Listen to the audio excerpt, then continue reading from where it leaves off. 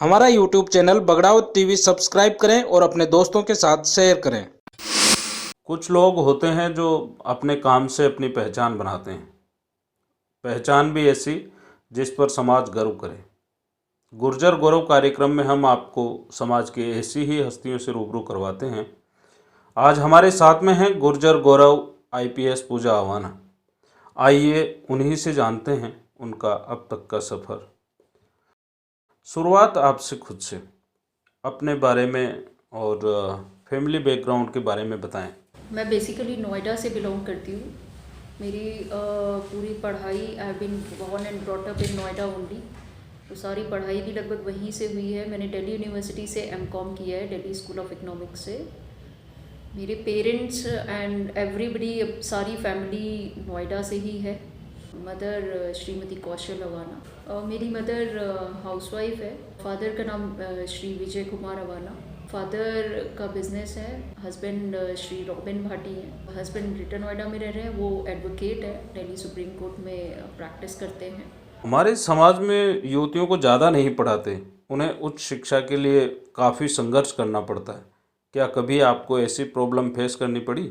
Luckily मेरे parents का support मेरे साथ बहुत अच्छा रहा और मेरी भी लोगों से यही गुजारिश है कि अपनी बेटियों को अच्छे से अच्छी शिक्षा दें। उनके लिए बहुत ज़रूरी है आगे बढ़ना। तो वो जो पेरेंट्स का सपोर्ट है, सबसे इम्पॉर्टेंट तो वही है।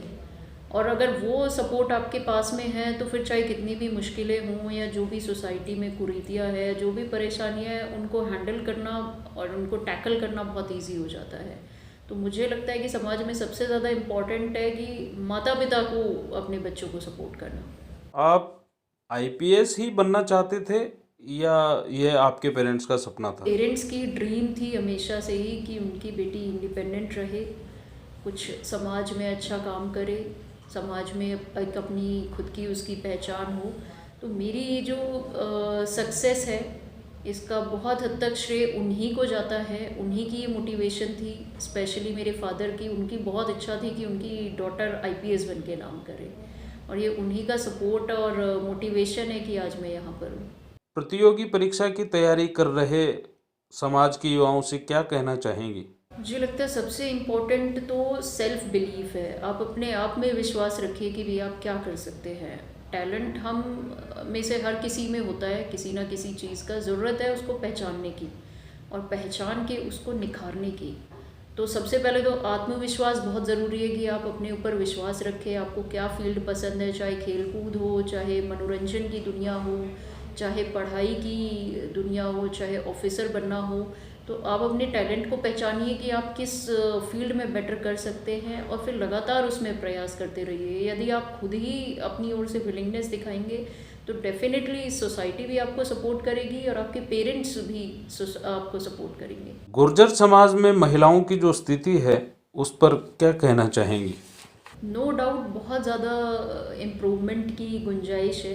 बहुत ज़्यादा आगे बढ़ने की ज़रूरत है सभी को।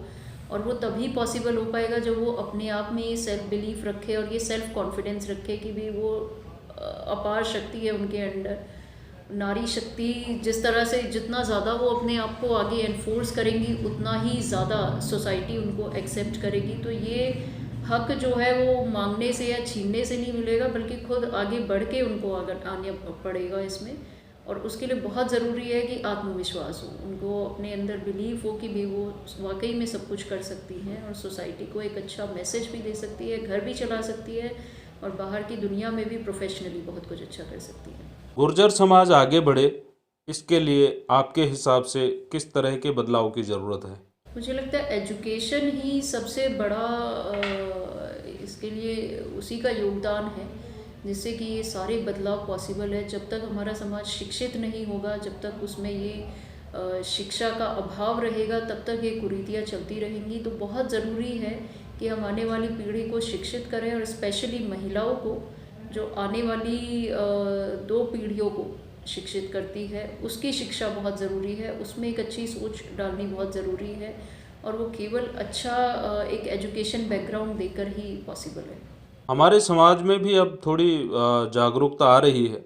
सामूहिक विवाह सम्मेलन जैसे आयोजन को आप किस तरह से देखती हैं? नो डाउट ये बहुत अच्छी पहल है, मतलब स्पेशली दहेज जैसी जो कुरीति हमारे समाज में है और ना जाने कितने वर्षों से चलती आ रही है, तो उसकी रोकथाम के लिए बहुत ही ज़रूरी है कि सोसाइटी एक साथ एकजुट हो, एक कम्युनिटी के तौर पे एक साथ में रहे, और जो हमारी आने वाली पीढ़ी है उनको भी ये मैसेज पहुँचाए कि भी दहेज इतना इम्पोर्टेंट नहीं है, जो ज़्यादा इम्पोर्टेंट चीज़ है वो है आपकी शिक्षा, और आप आने वाली लाइफ में किस तरह से चैलेंजेस से डील कर सकते हैं। तो अपने बच्चों को शिक्षित बनाइए, उनमें एक काबिलियत डालिए कि वो खुद ही अपने दम पर इंडिपेंडेंट अपनी लाइफ जी सके, इंस्टेड ऑफ दहेज या जो बाकी कुरीतियाँ हैं।